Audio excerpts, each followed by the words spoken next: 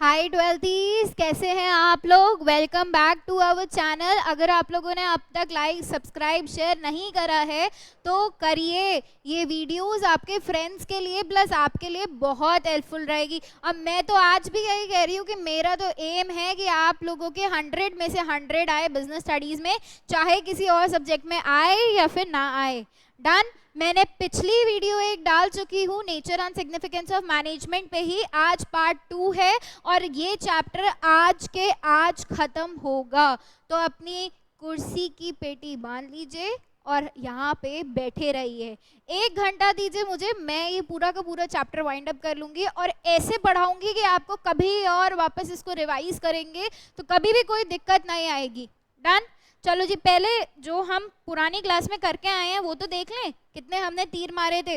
हम लोगों ने देखा था सिलेबस एज पर सीबीएसई जो था वो आपकी सिर्फ ये 5 चीज़ें आ रही है। 5 चीज़ों में हमने सबसे पहले कंसेप्ट पढ़ लिया था मैनेजमेंट का। आज हम ऑब्जेक्टिव, इंपॉर्टेंस और बाकी सारी चीज़ें देखेंगे। डन।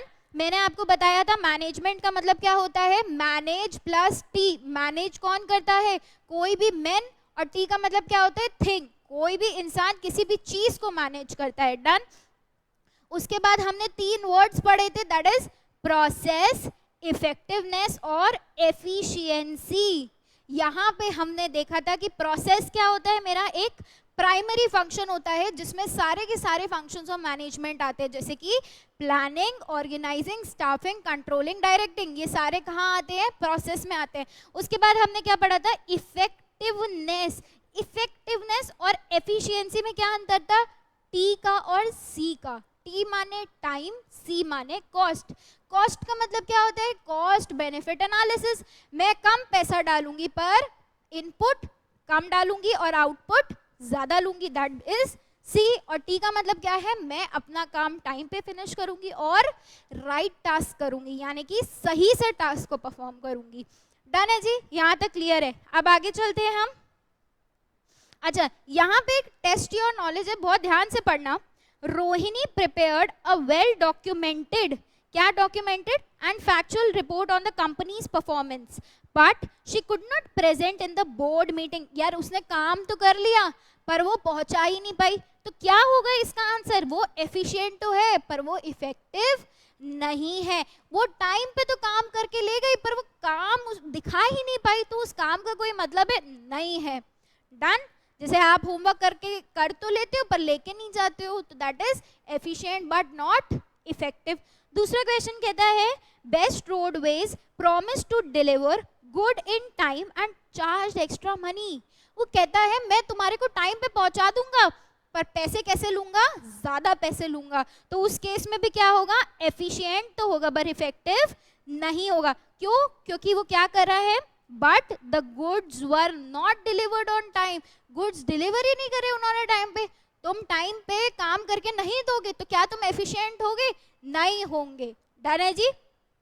अब हम शुरू करते हैं एक नया टॉपिक। देखो जी, कैरेक्टरिस्टिक्स और फीचर्स ऑफ मैनेजमेंट की अगर मैं आप लोगों से बात करूं तो यहाँ पे ये बड़ा इजी सा है, अगर आप मेरी बात मानोगे तो। देखो कैरेक्टरिस्टिक्स, अगर मैं आपसे बात करूं कैरेक्टरिस्टिक्स में कुछ नहीं है, सच में कुछ नहीं है। क्यों, क्योंकि ये क्या है, सी दिमाग। जो बच्चे मुझे पर्सनली जानते हैं उनको पता होगा कि मैंने कितनी बारी रटवाया है इन लोगों को। रटवाया क्या, इन लोगों को बाय हार्ट याद है।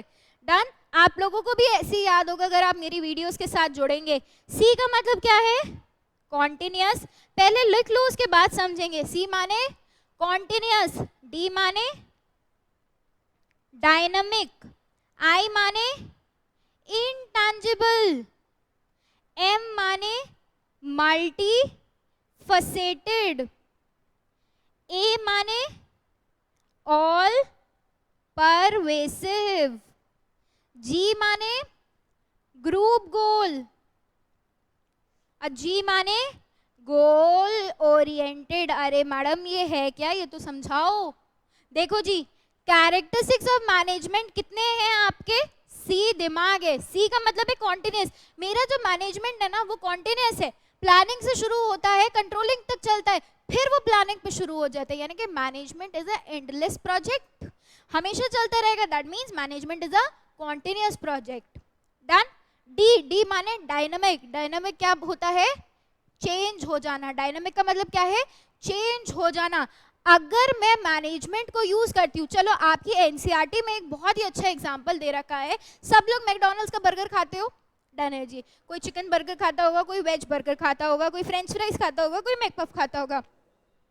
पर आप कहीं बैंकॉक, थाईलैंड कहीं चले जाओ तो वहां पे जो आपको डिशेस मिलती है मैकडॉनल्ड्स में, दैट इज वेरी डिफरेंट। तो अगर आपको इंडिया में मेन्यू डिफरेंट मिलता है और किसी और कंट्री में जाके मेन्यू डिफरेंट मिलता है, तो वो मैनेजमेंट की कौन सी टेक्निक हुई? That is the dynamic. यानी कि जो बैंकॉक में लोगों का टेस्ट होगा, वहां पे लोग थाईलैंड एंड ऑल में बहुत ज़्यादा लोग नॉनवेज खाते हैं, तो यानी कि डायनामिक वहाँ पे मेन्यू कैसा होगा? चिकन वाला होगा। और इंडिया में मेन्यू कैसा होगा? वेज वाला होगा, यहाँ के टेस्ट के हिसाब से होगा। तो डायनामिक में एग्जाम्पल किसका आता है? MCD यानी कि मैकडॉनल्ड्स। आई से क्या आता है मेरा? Intangible process. इनटैंजिबल का मतलब क्या होता है? मैं उस लड़के से बेशुमार प्यार करती हूँ, शिद्दत वाला प्यार जो होता है ना, दैट इज इनटैंजिबल फीलिंग। क्या मैं प्यार को छू सकती हूँ? इधर आइयो भाई, छू लूं? लड़के को छू सकती हूँ पर प्यार को नहीं छू सकती हूँ। Done. That is the intangible. I का मतलब क्या है? इनटैंजिबल। क्या मेरी मैनेजमेंट की जो फोर्स होती है वो इनटैंजिबल होती है? जी हाँ, वो इनटैंजिबल ही होती है। क्यों? क्योंकि क्या मैं मैनेजमेंट को छू सकती हूँ? अरे वाह, मैनेजर बहुत अच्छा काम कर रहा है, मैनेजर को तो छू सकती हूँ पर उसकी क्वालिटीज को नहीं छू सकती हूँ। एम माने मल्टी डायमेंशनल या फिर मल्टी फसेटेड। देखो सीबीएसई घुमाने के लिए बहुत बारी मल्टी फसेटेड लिख देता है। आप लोग कितनी भी रेफरेंस बुक में पढ़ लो, एनसीईआरटी में देख लो, तो एनसीईआरटी में एक वर्ड लिखा हुआ है मल्टी फसेटेड। तो ध्यान रखना है, एम का मतलब क्या होता है? मल्टी डायमेंशन या फिर मल्टी फसेटेड। मल्टी फसेटेड या फिर मल्टी डायमेंशनल में भी तीन चीजें आती है। POW, प्रिजनर ऑफ वॉर नहीं है ये, एनिमी वाले चैप्टर का प्रिजनर ऑफ वॉर नहीं है ये। POW का मतलब क्या है? P का मतलब क्या है? पीपल। O का मतलब क्या है? ऑपरेशन। और W का मतलब क्या है? Work. Management of people, management of operation and management of work. A का मतलब क्या है? All pervasive. परवेसिव का मतलब होता है ओमनी प्रेजेंट, जो कि हर जगह प्रेजेंट है। पिछले वीडियो में भी थोड़ा सा मैंने परवेसिव के बारे में बताया था कि हर जगह मैनेजमेंट की जरूरत होती है, चाहे वो एक हॉस्पिटल हो, चाहे वो एक स्कूल हो, चाहे वो एक कोचिंग सेंटर हो, चाहे कोई वो पुलिस थाना हो, हर जगह मैनेजमेंट की जरूरत पड़ती है। तो मैनेजमेंट कैसा है मेरा? ऑल परवेसिव है। जी का मतलब क्या है? ग्रुप गोल। क्या है जी का मतलब? ग्रुप गोल। मैनेजमेंट कैसा काम है? ग्रुप का काम है। अगर मेरा ग्रुप होगा तभी मेरा ऑर्गेनाइजेशन का ऑब्जेक्टिव अचीव हो पाएगा। और लास्ट का मतलब क्या है? Goal oriented. मेरा कोई लक्ष्य है, मेरा एक लक्ष्य है जिसके टुवर्ड इंडिविजुअल जो है वो इंटीग्रेट करेंगे अपना एफर्ट और उसके बाद काम करेंगे। तो चलो जी, आंख बंद करो और मेरे साथ बोलो, कैरेक्टरिस्टिक्स ऑफ मैनेजमेंट क्या है? सी दिमाग, सी माने कॉन्टिन्यूअस, डी माने डायनामिक, आई माने इनटैंजिबल, एम माने मल्टी डायमेंशनल या फिर मल्टी फसेटेड। उसके अंदर भी तीन चीजें आती है, क्या? POW। P यानी कि मैनेजमेंट ऑफ पीपल, O यानी कि मैनेजमेंट ऑफ ऑपरेशन और W यानी कि मैनेजमेंट ऑफ वर्क। डन।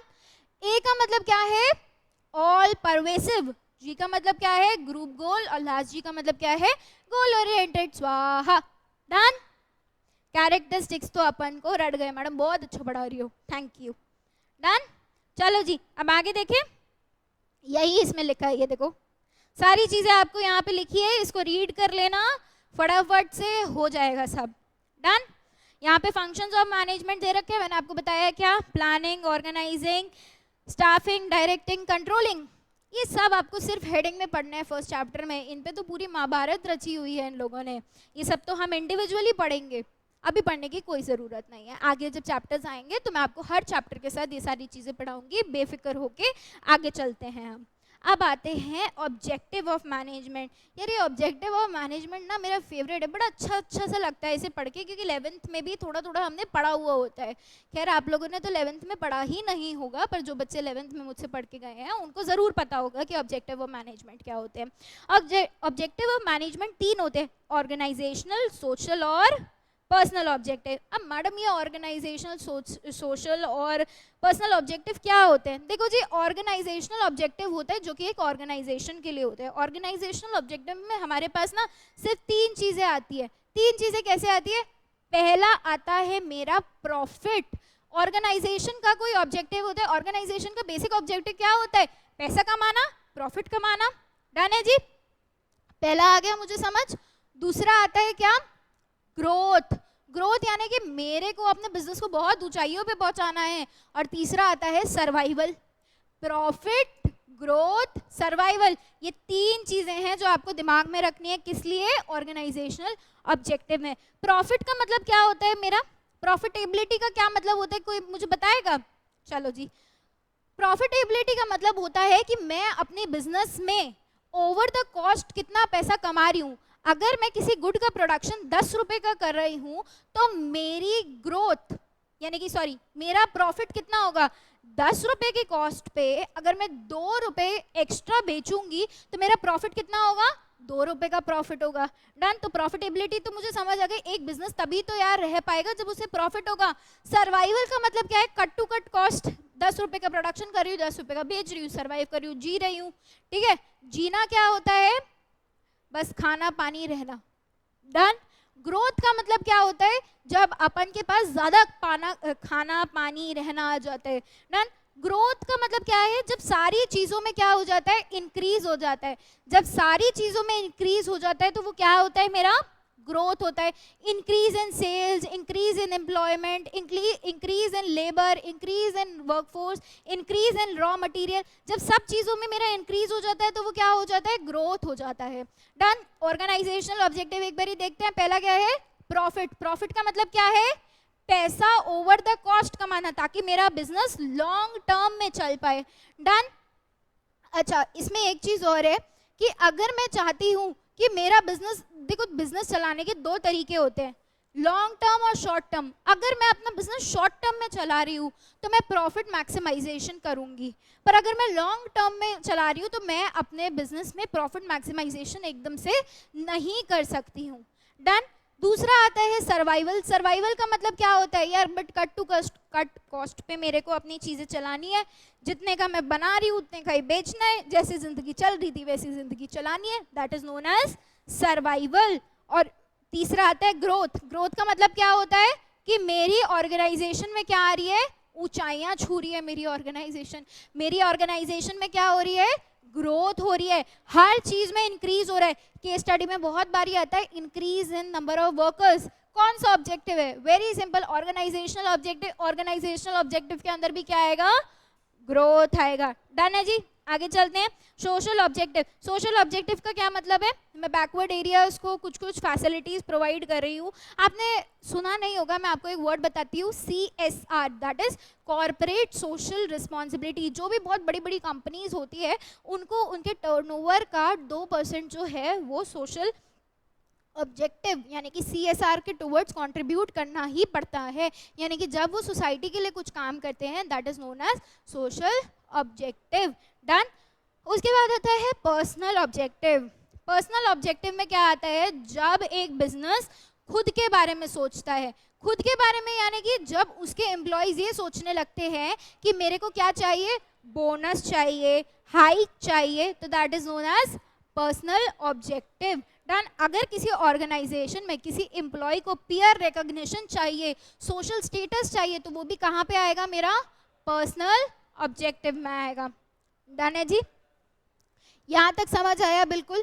तो यहाँ पे हमारे पास 3 ऑब्जेक्टिव है, पहला ऑर्गेनाइजेशनल, दूसरा पर्सनल और तीसरा सोशल। डन है जी, चलो जी आगे चलते हैं। अब यहाँ पे अपन देखेंगे क्या? PG dead. पीजी डेड कौन है? साइड वाले पीजी में कोई रहता था वो मर गया? नहीं, ऐसा कुछ नहीं है। That is the importance of management. चलो जी अपन ये वाली स्लाइड पे वापस चले। अब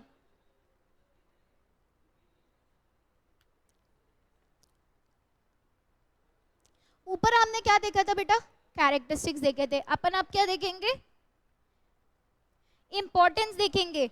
इंपॉर्टेंस क्या दे रखा है मेरा, पीजी डेड, पीजी डेड, बहुत ध्यान से सुनना। पी का मतलब क्या है मेरा, पी का मतलब क्या है, पर्सनल ऑब्जेक्टिव, पी का मतलब क्या है, पर्सनल ऑब्जेक्टिव। जी का मतलब क्या है, ग्रुप गोल। डी का मतलब क्या है, डेवलपमेंट ऑफ सोसाइटी। ई का मतलब क्या है मेरा, एफिशिएंसी। और लास्ट वाले डी का मतलब क्या है, डायनामिक। नाना जी, these are the importance of management. P का मतलब क्या है, पर्सनल ऑब्जेक्टिव। एक ऑर्गेनाइजेशन में जो इंडिविजुअल एम्प्लॉय होता है उसको क्या करना पड़ता है, अपना पर्सनल ऑब्जेक्टिव भी पूरा करना पड़ता है। जी का मतलब क्या होता है, ग्रुप गोल। ग्रुप गोल यानी कि पर्सनल ऑब्जेक्टिव तो है ही तुम्हारे पास, पर ग्रुप गोल का मतलब क्या है, जब मैं इंटीग्रेट करती हूँ efforts of all the employees. D का मतलब क्या है, development of society. Development of society का मतलब क्या है, जब मैं सोसाइटी को डेवलप करके रखती हूँ, क्या करती हूँ, सोसाइटी की डेवलपमेंट में हेल्प करती हूँ, यानी कि सोशल ऑब्जेक्टिव को पूरा करती हूँ, that is known as development of society. E का मतलब क्या होता है, एफिशिएंसी। एफिशिएंसी में क्या आ रहा है, सी आ रहा है। सी यानी कि कॉस्ट, जब मैं काम कैसे करती हूँ, मिनिमाइजेशन ऑफ कॉस्ट करके करती हूँ, that also comes in the importance. And last D means dynamic. What is the meaning of dynamic? That is change in situation. Management accept the situation as the environment says. Done. In this we saw the example of MCD, that is McDonald's example. India McDonald's menu is different with the international McDonald's menu. Done है जी? Very clear. I hope आप सबको यहाँ तक बिल्कुल clear हो। हमने characteristics कर ली, characteristics व सी दिमाग, उसके बाद हमने डिफरेंट टाइप ऑफ ऑब्जेक्टिव्स कर लिए, ऑर्गेनाइजेशनल ऑब्जेक्टिव, पर्सनल ऑब्जेक्टिव और social objective, and then comes to importance. Importance भी हमने कंप्लीट कर ली। पीजी डेड, पी माने पर्सनल ऑब्जेक्टिव, जी यानी कि ग्रुप गोल, डी यानी कि डेवलपमेंट ऑफ सोसाइटी, ई यानी कि एफिशिएंसी और डी माने कि डायनामिक। डाने जी, फटाफट आगे चलते हैं। मैडम आप तो बहुत बढ़िया पढ़ा रहे हो, ये तो चैप्टर इतनी जल्दी खत्म हो जाएगा। जी हाँ, इस चैप्टर में कुछ है ही नहीं, इस चैप्टर में कुछ ऐसा है ही नहीं पढ़ने वाला। आगे चलते हैं भाई। लेवल्स ऑफ मैनेजमेंट के बाद हम आपको देंगे 1 मिनट का ब्रेक। नाना जी, levels of management. Levels of management आपके 3 टाइप के लेवल्स होते हैं, टॉप लेवल, मिडिल लेवल और लोअर लेवल। देखो टॉप लेवल पे सारे वो वाले लोग आते हैं जो कि सीईओ होते हैं, सीएफओ होते हैं, प्रेसिडेंट होते हैं, मैनेजिंग डायरेक्टर होते हैं, डायरेक्टर होते हैं, होल टाइम डायरेक्टर होते हैं। ये सारे लोग कहाँ आते हैं, टॉप लेवल ऑफ मैनेजमेंट पे आते हैं, जिनको अपन सलाम करते हैं। उसके बाद दूसरे पे कौन आते हैं, मिडिल लेवल ऑफ मैनेजर। बहुत ध्यान से, जिस भी इंसान के आगे मैनेजर लग जाता है वो मिडिल लेवल ऑफ मैनेजर हो जाता है। पर एक आप लोगों की बुक में एक इंसान दे रखा है जिसका नाम है प्लांट सुपरिटेंडेंट। ये ध्यान रखना है, केस स्टडी में अगर प्लांट सुपरिटेंडेंट आ जाता है तो वो कहाँ आएगा, यहाँ मिडिल लेवल ऑफ मैनेजमेंट में आएगा। डन है जी, प्लांट सुपरिटेंडेंट मेरे लिए क्या है, मिडिल लेवल ऑफ मैनेजर है।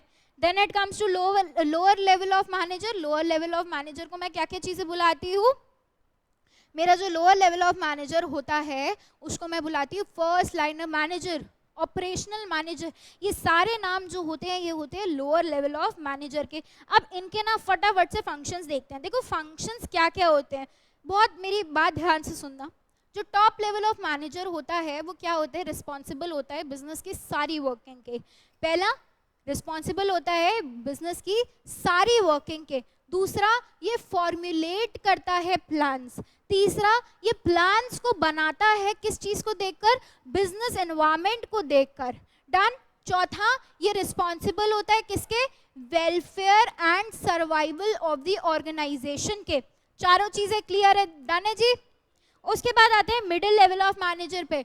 मिडिल लेवल ऑफ मैनेजर क्या करता है, मेरा जो टॉप लेवल पॉलिसीज फ्रेम करती है ना, उसी को मिडिल लेवल क्या करता है, फॉर्मुलेट करता है। ये क्या करता है, ये देखता है कि नेसेसरी पर्सनल डिपार्टमेंट में है भी या फिर नहीं है। प्रोडक्शन डिपार्टमेंट में 10 एम्प्लॉइज है कंप्लीट या नहीं है। अगर नहीं है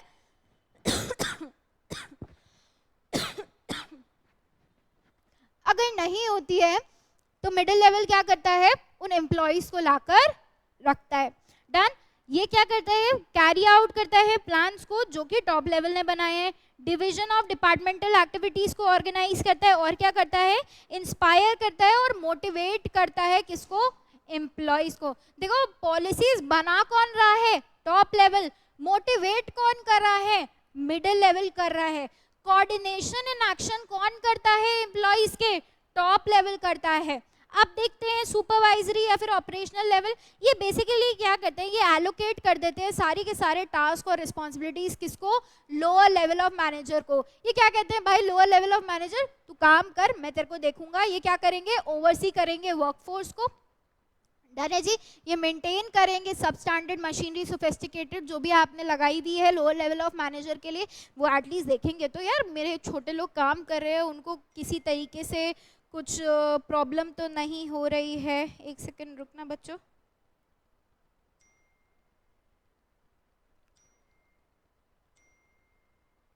चलो जी आगे देखें। आगे अब देखते हैं यहाँ पे कहते हैं कि यहाँ पे ये क्वालिटी और रिस्पॉन्सिबल होता है कि जो मैं प्रोडक्शन कर रही हूँ उसके लिए मिडिल लेवल को कौन रिस्पॉन्सिबल होगा, obviously supervisory level of manager responsible होगा। डन है जी। और ये क्या करेगा, कम्युनिकेट करेगा सारे गोल्स और ऑब्जेक्टिव को किसको, लोअर लेवल को। डन है जी। और ये क्या करेगा, कोऑपरेट करेगा। डन, कोऑपरेट करेगा एक्शंस को बिटवीन द लोअर लेवल। अब मेरी बहुत ध्यान से सुनना, कोऑर्डिनेट इन एक्शन कौन करेगा, टॉप लेवल करेगा। कॉर्पोरेट इन एक्शन कौन करेगा, लोअर लेवल करेगा। फॉर्मुलेट प्लान कौन करेगा, टॉप लेवल करेगा। इम्प्लीमेंटेशन ऑफ प्लान कौन करेगा, मिडिल लेवल करेगा। डन है जी। अगर ये क्लियर है तो अब अपन चलेंगे 2 मिनट के ब्रेक पे। डन, 2 मिनट आप लोग रेस्ट करो। 2 मिनट में मैं ना पानी पी के आती हूँ, ठीक है।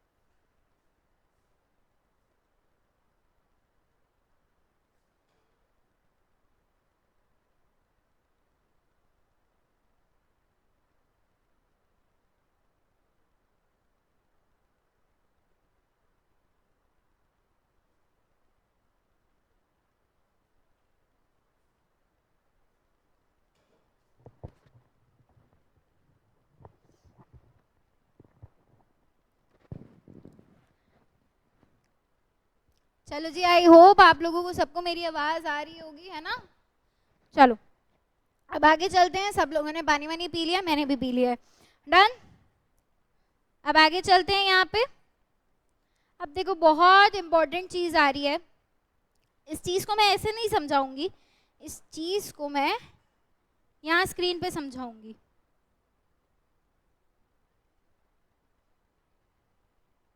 एक सेकेंड बच्चों।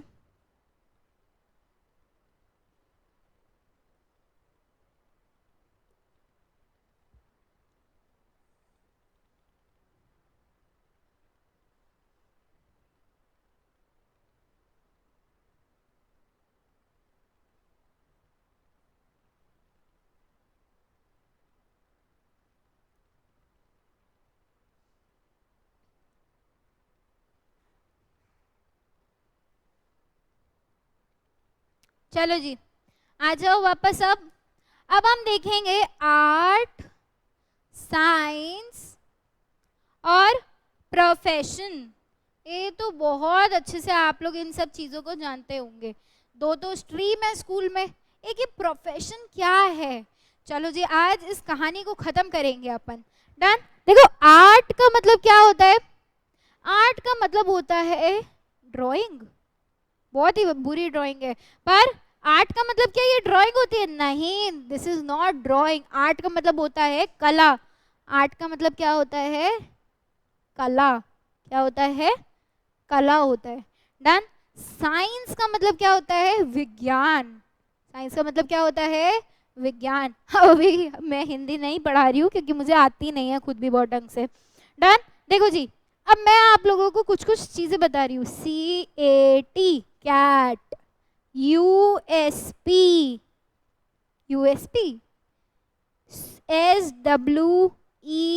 SWEEP sweep. ये तीनों चीजें मैडम पागल हो गई होगी कि क्या क्या पढ़ा रही हो, हम क्या छोटी क्लास में? अभी नहीं बेटा, ये इन सब चीजों को याद करने के लिए बता रही हूँ मैं तुम लोगों को, ठीक है। यहाँ पे देखते हैं, अगर मैं आर्ट की बात करूं तो आर्ट में मेरे को 3 चीजें देखनी है। C यानी कि based on practice and creativity. Based on practice and creativity. A का मतलब क्या है? Personalised application. और T का मतलब क्या है? Based on theoretical knowledge. Done है बेटा जी, पहले लिख लेते हैं उसके बाद समझेंगे। U का मतलब है यूनिवर्सल, यूनिवर्सली वैलिड। S का क्या मतलब है?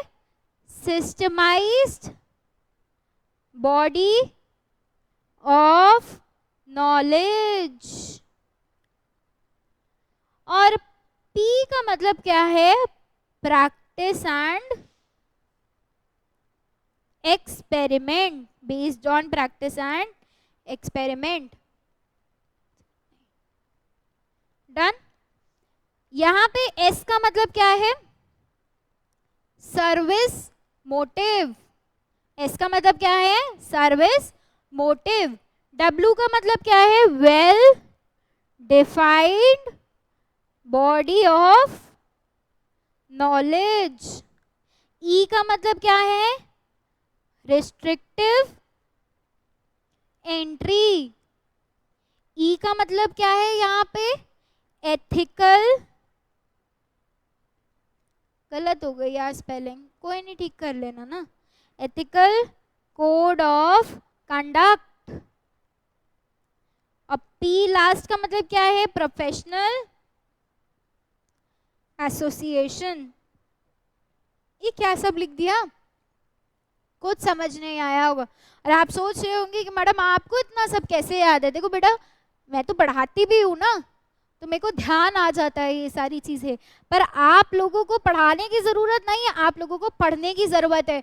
जब बार बार रिवाइज करोगे ना तो आपको ये सारी चीज़ बाय हार्ट बिल्कुल मेरी तरह याद हो जाएगी। अब यहाँ पे देखते हैं, चलो जी अपना नोट्स पे चले। यहाँ पे देखते हैं मैनेजमेंट एज एन आर्ट। यहाँ पे क्या लिखा है? आर्ट क्या होती है? एक स्किलफुल पर्सनल एप्लीकेशन होती है। यहाँ पे देखो आर्ट क्या होती है? स्किलफुल पर्सनल एप्लीकेशन होती है। किसकी? जो कि मेरे पास एग्जिस्टिंग नॉलेज है ऑलरेडी, ताकि मैं क्या करूँ? डिजायर्ड रिजल्ट को अचीव कर पाऊँ। यहाँ पे ये फीचर्स एज आर्ट में क्या कहता है? कैट। सी से मैंने आपको बताया क्या? Practice and creativity. ए से क्या बताया? Personalise application. और टी से क्या बताया? Theoretical knowledge. अब सबसे पहले देखते हैं यहाँ पे अपन, बहुत मैसेज आते हैं यार। चलो, based on practice and creativity. Practice और क्रिएटिविटी में क्या कहते हैं यहाँ पे? आर्ट जो है वो इन्वॉल्व करता है क्या? Consistent and creative practice of existing theoretical knowledge. ये क्या कहता है? क्रिएटिविटी और प्रैक्टिस का मतलब क्या होता है? देखो मुझे डांस आता है, मुझे डांस आता है, टर्न मेरी इंस्टा पे जाके देखना, मुझे सच में आता है। अगर मुझे डांस आता है तो मैं अगर उसको और प्रैक्टिस करती जाऊँ तो क्या होगा? मेरी क्रिएटिविटी और प्रैक्टिस की वजह से मेरी स्किल्स और इन्हांस हो जाएगी। तो that is also concerned with the management. मेरे अंदर मैनेजरियल स्किल्स है, मेरे अंदर लीडरशिप क्वालिटी है, तो मैं क्या करूँगी? मैं और अच्छे से अपने को बिहेव करने की कोशिश करूंगी, और पोलाइटली लोगों से बात करने की कोशिश करूंगी, और अच्छे से लोगों से इंटरेक्ट करने की कोशिश करूंगी। तो मेरा क्या होगा, based on practice and creativity, जिस हिसाब से मैं सोचूंगी उस हिसाब से मैं काम कर सकूंगी। डन। उसके बाद आते पर्सनलाइज एप्लीकेशन। मैंने ना सिखा दिया, ये देख रहे हो माचिस, कोई बीड़ी नहीं फूक रहा था यार, दिस इज माचिस। इस माचिस से मैं क्या क्या चीजें कर सकती हूँ, इस माचिस से मैं आग लगा सकती हूँ। मैंने सोचा कि 2 जनों को ये माचिस देती हूँ, एक क्या कर रहा है, इससे आग लगा रहा है, और दूसरा क्या कर रहा है, इसमें जो ये होती है ना स्टिक्स, इस स्टिक से कुछ वो बनाते नहीं है, कुछ DIY समथिंग वो बना रहा है। तो दोनों को दी तो मैंने माचिस, पर दोनों ने क्या करा, पर्सनलाइज एप्लीकेशन की। अब बात समझ आई। सेम चीज को जब 2 जने अलग अलग तरीके से यूज करते हैं, यानी कि मैं मैनेजमेंट की स्किल्स तो दोनों को ही सिखा रही हूँ, है ना, बट हम क्या कर रहे हैं, पर्सनलाइज्ड एप्लीकेशन कर रहे हैं। Next it comes to theoretical knowledge. What is the meaning of theoretical knowledge, existence of theoretical knowledge. हम लोग बुक यूज करते हैं NCERT की, that is the theoretical knowledge. यानी कि मैनेजमेंट भी सिखाने के लिए कोई ना कोई बुक जरूर लिखी गई है जिसको हम अभी पढ़ते हैं, that is known as NCERT। आगे आप जब, जैसे मैं तो BBA LLB भी कर रही हूँ, तो मेरी BBA में पूरा प्रिंसिपल्स ऑफ मैनेजमेंट आया था। ओहो, मैं इतनी खुश है, ये तो बाय हार्ट याद है, पर उसमें और भी बहुत सारी चीज़ें थी जो आप लोगों के लेवल पे अभी नहीं है। अगर आप BCom भी करोगे तो उसमें भी ये सारी चीज़ें हैं, BBA करोगे उसमें भी है, MBA करोगे उसमें भी ये सारी चीज़ें, MBA तो है यार इन सब चीज़ों के लिए, तो उसमें तो ये सारी चीज़ें होगी ही होगी। चलो आगे चले। यानी कि अगर मैं आर्ट की बात करूँ तो मैनेजमेंट एज आर्ट तो पूरा फुलफिल हो रहा है। डन है जी। अब आगे चले अपन, मैडम आगे चलते हैं, ये मुझे समझ आ गया। अब आते हैं management as science. Management as science क्या है, USP, यू यानी कि यूनिवर्सल वैलिड। यूनिवर्सल वैलिड है क्या, फुल नहीं है भाई, क्यों नहीं है, scientific principle have universal valid and application. Scientific principle की यूनिवर्सली वैलिड एप्लीकेशंस तो है, पर वो हर समय एक ही तरीके से हम यूज़ नहीं कर सकते हैं। नन, अगर कोई मैनेजरियल स्किल है तो हर सिचुएशन में वो यूज़ नहीं हो सकती है। डन। एक मैनेजर को ये सिखाया जाता है कि आप अपने छोटों से अच्छे से बात करोगे। डन। बट कभी कभार ऐसी सिचुएशन आ जाती है जहाँ पे मैनेजर को थोड़ा सा वायलेंट होना पड़ता है, थोड़ा सा एग्रेसिव होना पड़ता है, तो वो भी चीज़ डिफरेंट है। दैट मीन्स यूनिवर्सली वैलिड नहीं है, नॉट फुली वैलिड है, थोड़ा थोड़ा है पर पूरा नहीं है। डन। वो गाना आ गया,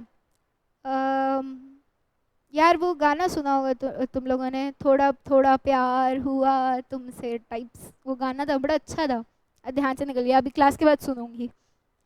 उसके बाद है दूसरा क्या है, एस माने systemised body of knowledge. Management क्या है, एक सिस्टमाइज्ड बॉडी ऑफ नॉलेज है। जी हाँ है, एक सिस्टमाइज्ड बॉडी ऑफ नॉलेज है मेरा मैनेजमेंट। उसके बाद आते हैं principle based on experiment and science. क्या ये है, नॉट फुल्ली। क्या मैं यहाँ पे C+O2 मिला सकती हूँ, अबे नहीं मिला सकती पागल, ऐसा कुछ नहीं होता है यहाँ पे। मैनेजमेंट क्या है मेरी, बहुत ध्यान से सुनना, क्या है, इन एग्जैक्ट साइंस है मेरी। मैनेजमेंट क्या है, इन एग्जैक्ट साइंस है। डन है जी। आगे चलते हैं प्रोफेशन पे। प्रोफेशन में आता है स्वीप। एस से क्या है, सर्विस मोटिव। सर्विस मोटिव में यहाँ पे ये मेरे से क्या कहते हैं कि मेन ऑब्जेक्टिव ऑफ प्रोफेशन क्या है कि वो सर्विस करेगा किसको, अपने क्लाइंट को। तो क्या ये फुल्ली सेटिस्फाई होता है, नहीं होता। अब जरूरी थोड़ी ना एक मैनेजर अपना सर्विस मोटिव पूरा करे।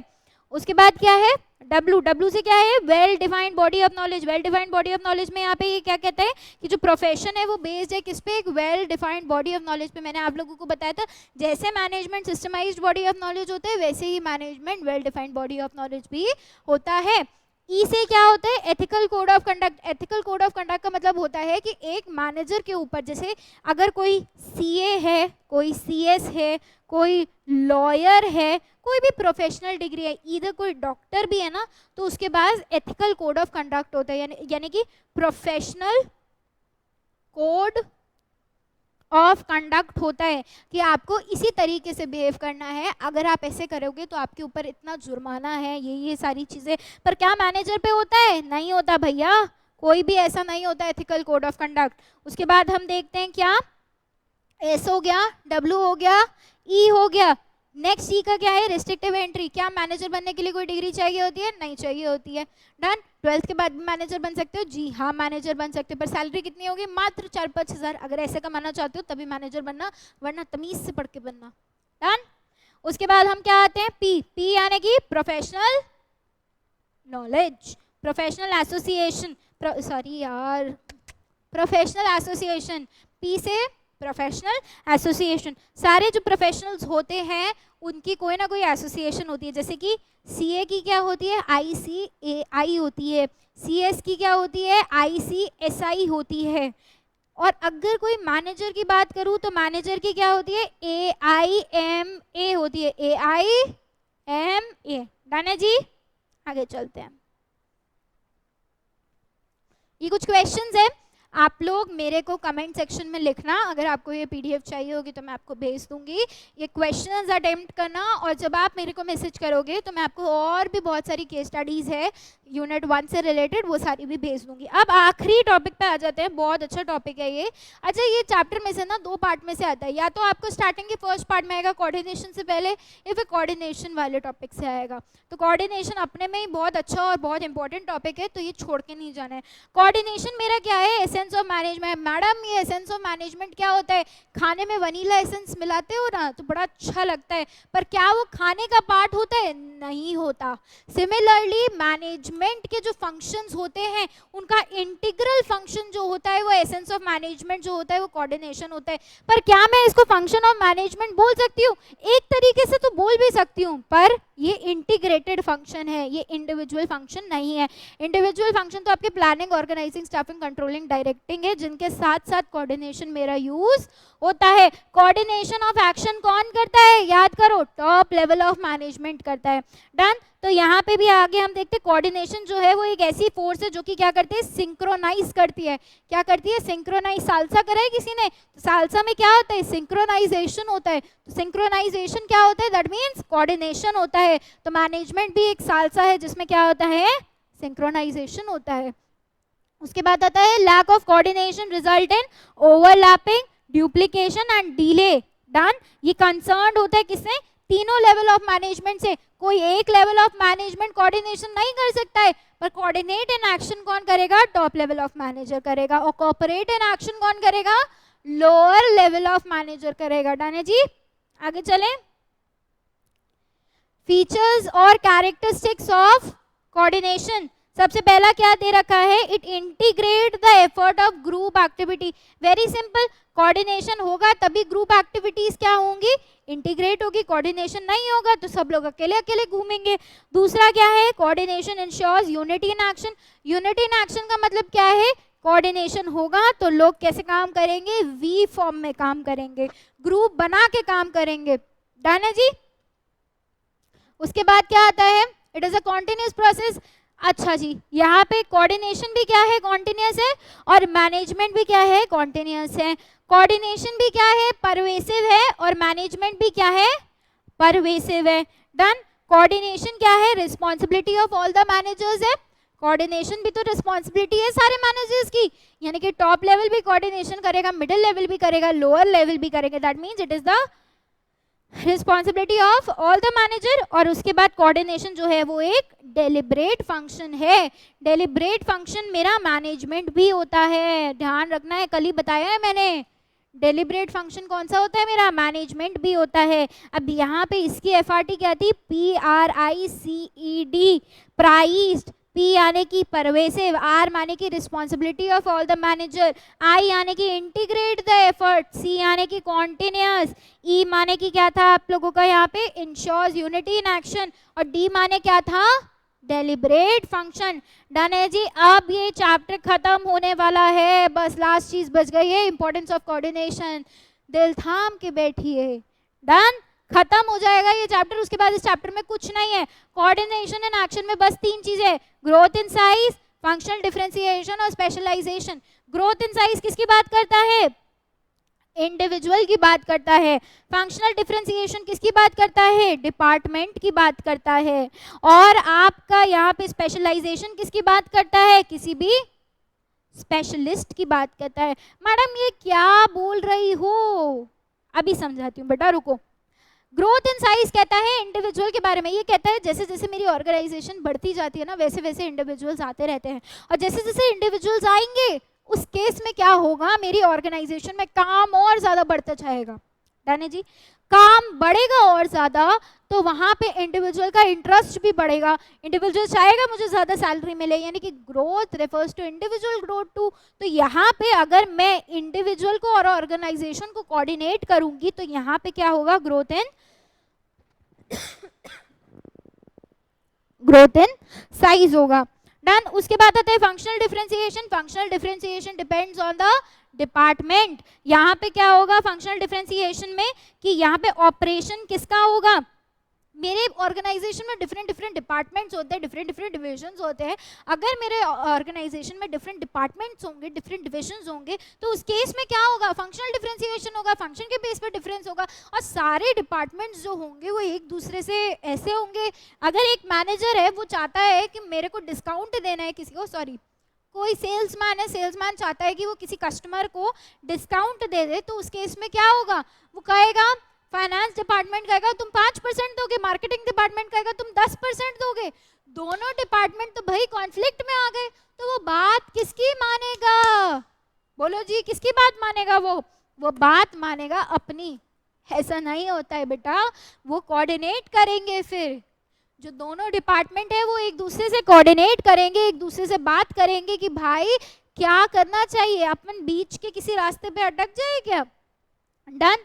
उसके बाद आता है स्पेशलाइजेशन। स्पेशलाइजेशन का मतलब क्या होता है, एक बिजनेस है ना, एक बिजनेस में बहुत सारे स्पेशलाइज्ड लोगों की ज़रूरत पड़ती है। जैसे जैसे एक बिजनेस ग्रो होता जाएगा ना वैसे वैसे स्पेशलाइज्ड लोगों की ज़रूरत बढ़ती जाएगी। यानी कि एक बिजनेस बड़ा हुआ तो उसमें सीए भी चाहिए होगा, सीएस भी चाहिए होगा, लॉयर भी चाहिए होगा, और बहुत सारे लोग, बहुत सारे डिफरेंट टेक्नीशियंस भी चाहिए होंगे, बहुत सारे लोग चाहिए होंगे, ठीक है। तो उस केस में स्पेशलाइजेशन के केस में अब होगा क्या, बहुत अब बिल्कुल ध्यान से मेरी बात सुनना।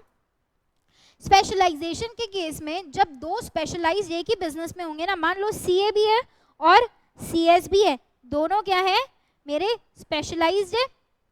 एक डॉक्यूमेंटेशन आया कंपनी में, कोई काम है, सीए कहता है मेरी ये राय है, सीएस कहता है मेरी ये राय है।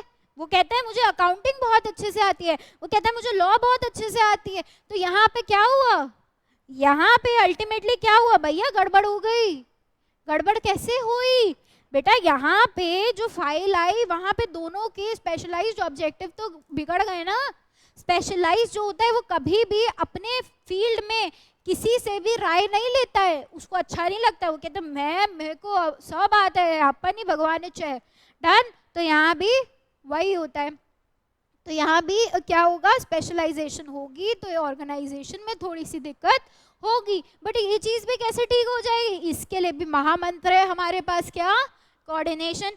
कोऑर्डिनेशन में तीन चीजें हैं, तीन चीजें कौन कौन सी है, ग्रोथ इन साइज, दूसरा बोलो जी आप लोगों को तो याद होना चाहिए फंक्शनल डिफरेंशिएशन, और तीसरा क्या है यहाँ पे, स्पेशलाइजेशन। डन है जी। अब फटाफट से ना अपन एक काम करते हैं, एक समरी क्रिएट कर लेते हैं। यहाँ पे समरी क्रिएट किस चीज की हम करेंगे, जो भी हमने अब तक पढ़ा है।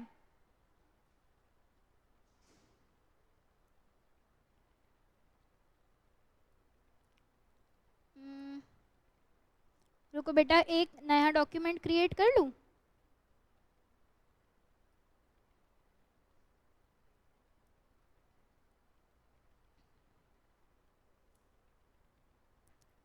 चलो, अरे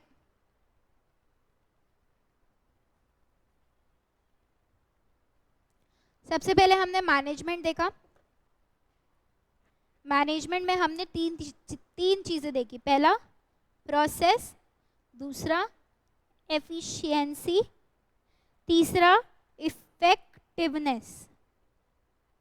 सी का मतलब क्या है, कॉस्ट, टी का मतलब है टाइम। प्रोसेस में हमारे पास क्या आते हैं, 5 फंक्शंस आते हैं। उसके बाद हमने क्या देखा, कैरेक्टरिस्टिक्स। कैरेक्टरिस्टिक्स में हमने क्या देखा, सी दिमाग। डन। कैरेक्टरिस्टिक्स में हमने क्या देखा, सी दिमाग। फिर हमने देखा है इम्पोर्टेंस। देखो इन सब की फुल फॉर्म आप लोगों को मैं बता चुकी हूँ। अगर आप लोगों को अभी भी कोई डाउट है तो आप लोग लिंक में जाना, नंबर लेना और उसके बाद वहाँ पे मैसेज करना, मैं आपको PDF भेज दूंगी। डन। उसके बाद आता है इम्पोर्टेंस में क्या आता है, PG डेड, PG डेड। उसके बाद हमने पढ़े ऑब्जेक्टिव्स। ऑब्जेक्टिव्स मेरे कितने होते हैं, पहला, दूसरा, तीसरा। ऑर्गेनाइजेशनल ऑब्जेक्टिव, सोशल ऑब्जेक्टिव और personal objective. Personal objective. Done है जी, तीनों चीजें हो गई। कैरेक्टरिस्टिक्स हो गया, इंपॉर्टेंस हो गया, ऑब्जेक्टिव्स हो गया। डन। उसके बाद आ गया लेवल। लेवल क्या होता है, टॉप लेवल होता है, मिडिल लेवल होता है और लोअर लेवल होता है। लोअर लेवल को और क्या बुलाते हैं हम, ऑपरेशनल, सुपरवाइजर,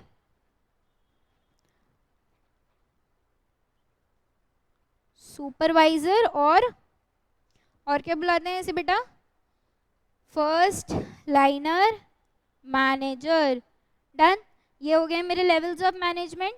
उसके बाद हम लोगों ने क्या पढ़ा था, management as art, science, profession. Management as art, science और प्रोफेशन में हमने क्या पढ़ा था, आर्ट में CAT, साइंस में USP, प्रोफेशन में SWEEP, स्वीप। डन।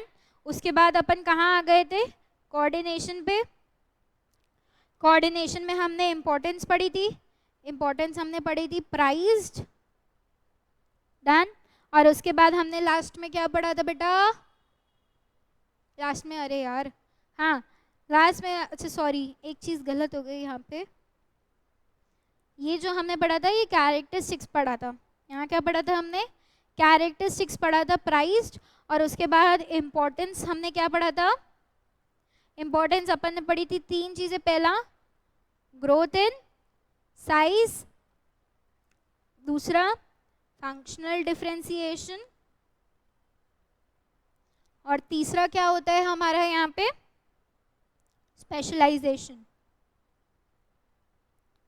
मैनेजमेंट के फंक्शंस होते हैं, 5 फंक्शंस होते हैं मैनेजमेंट का, planning, organising, staffing, directing, controlling. Done है जी, चैप्टर अपन का खत्म। देखो जी मैंने आप लोगों को थोड़ी ही देर में ये पूरा का पूरा चैप्टर खत्म करवा दिया। डन। ये चैप्टर, ये वीडियो अगर आप एक बारी और देख लेंगे तो आप लोग गारंटीड बहुत अच्छा स्कोर करेंगे। डन। ये नोट्स आपको मेरे टेलीग्राम के चैनल पे इधर व्हाट्सएप पे मिल जाएंगे, बेफिक्र होके मैसेज करिए, मैं आपको नोट्स प्रोवाइड कर दूंगी। अगर आप लोगों को वीडियो मेरी पसंद आई हो तो लाइक करिए, सब्सक्राइब करिए, शेयर करिए, बेल आइकन का बटन भी दबा दीजिए। इंस्टाग्राम पे भी हम लोगों को फॉलो करिए और ऑफलाइन क्लासेस में भी आइए। हमारा जो सेंटर है वो सेक्टर 4 वैशाली में है, हम लोगों का बहुत अच्छा सेंटर है, बहुत सुंदर सेंटर है। आप आइए, कभी विजिट करिए, आप लोगों को बेहतरीन बहुत ही पसंद आएगा। डन है जी, बाय।